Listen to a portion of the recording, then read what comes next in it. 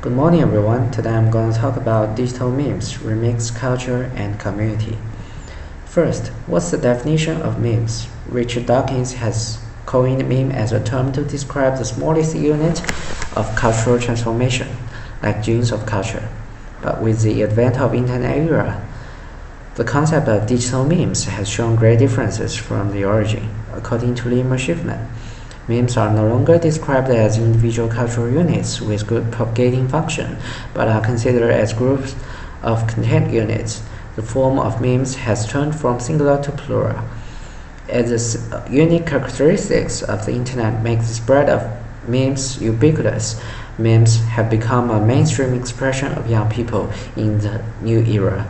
In Limmer's words, they have become a part of netizens' vernacular. Limmer has summarized the three main features for digital memes. They share common characteristics of content, form, and sense. They are created with awareness of each other. They are circulated, imitated, and transformed via the internet by multiple users. Johnson Z. Train defined internet meme as a picture of drawing, usually from an unwitting source, that's taken on a shared iconic quality coupled with a resonating message. And he also points out that the lives of memes usually cannot last for decades. Let's talk about remix culture and community. Lessig has used his college friend's example to illustrate what remix is in his book. Were it music, we'd call it sampling. Were it painting, it would be called collage. Were it digital, we'd call it remix. He also mentioned the remix meant to put all cases together to make new scenes. Now in the digital age, remix culture is playing an important role in the construction of collective identity and formation of community. It Gets Better is a typical case of vulnerable group who formed meme culture by uploading clips and videos, constructed collective identity in the network space, and formed LGBTQ online community. My case study is about the Kichku culture on video website Bilibili.com. The Japanese word Kichku originally refers to the abbreviation of Beast Road and Hungry Road in the sixth samsara of Buddhism, which is used to describe people who do cruel things. But now, in most of time, Kichku represents a brainwashing video form of repeating the same video clip over and over again. As the GIFs show, these are two typical clips that have been Kichku processed. The video platform officially divided Kichku videos into three categories: Auto-Med, Auto-Tune Remix, and Manpower Vocaloid. The first type, Auto-Med, or you can say Song-Med, is originally It is the original type of Kichku videos, which is similar to the sync video on YouTube, according to the official explanation. The video producers use material audio to make some secondary recreation to achieve the purpose of restoring the original music. For example, in these videos, the producers use the sound of cutting trees or attacking villagers in Minecraft as their musical instrument to play existing songs. Auto-Tune remix themed content means processing the audio and picture of the material to achieve a certain sense of synchronization with the background music.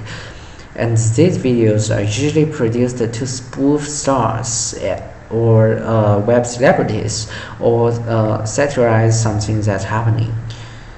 The third type, Manpower Vocaloid, is a little bit different from the Auto-Tune remix. If Auto-Tune remix is using the word someone has said to make songs, then Manpower Vocaloid is to use every single syllable to make music. And the inspiration comes from music word filler software Vocaloid, and the famous virtual idol Hatsune Miku is one of the members of Vocaloid. Here is one typical auto-tune remix about Donald Trump, which may help you to understand what is Kichku culture.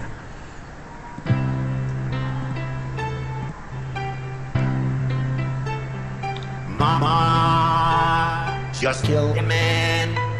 I didn't stay inside in bed. I walked by him, now he's dead. Mama, life was so much fun, but now I've got this unforgiving place. Mama, oh, didn't feed to make them die. If I'm not back to work this time tomorrow, carry on, as if people didn't matter. Alright, now let's continue. Let's talk about the development of Kichku culture. As the meme says, there are only two petitions on Bilibili.com, which are Kichku petition and petition for Kichku materials. But actually, the most famous Kichku video has reached 50 million views. And Are You OK, one of the most popular auto-tune remix about Xiaomi's CEO Lei Jun, has even been retweeted by the official account of Xiaomi. All these phenomena are indicating that Kichku-like expressions are becoming a new form of communication between brands and the younger generations. And Kichku culture is entering the mainstream vision and having a great impact on the mainstream culture. Then what about the Kichku content producers? Jenkins Ito has mentioned that the identities of consumers and producers were changing. Every time a new consumer enters the field, there is one more producer, but actually becoming a Kichku producer itself is not that easy. Kichku video makers need to have a familiar understanding of the melody or witty or profound words, natural and vivid tuning technology, and imaginative editing and retouching methods. In addition, it is researched that the average educational level of Kichku hobbyist community is relatively high. Let's think more about the appearance of this culture. There is a meme says everything can be Kichku processed. Kichku is a satire culture of younger generations, which contains not only the rebellion against the traditional values, but also the naive anger of younger people. The Birmingham School believes that the formation of subculture is to achieve the purpose of resistance. Kichku culture has very obvious subcultural characteristics. With a skillful technology and imagination, young video producers deconstruct and recognize the cultural materials that the public takes for granted, so as to present a new theme in a new way of expression. They can also see the resistance to many mainstream cultures in their works. Uglified celebrities are loved. TV actors who are not recognized by mainstream culture are honored as their kings. Repetitive, often detestable brainwashing ads even become hot materials. At the same time, the homogenized values, similar ways of expression, and playful attitude make the members of the subculture get closer and closer, and they gradually form their own community. But what about copyright, portraiture right, and reputation right? Ge You, a master comedian whose cameo appearance in the situation comedy spawned a wave of good humored interpretations and imitations. The phrase "the Ge You slouch" is even coined by netizens to describe a state of idleness. However, 6 companies have been sued within 5 years for using the meme of Ge You slouch, of which the highest amount of compensation even reached 400,000 yuan. So here are my questions for you. Do you agree memes are in the same way powerful and efficient than words?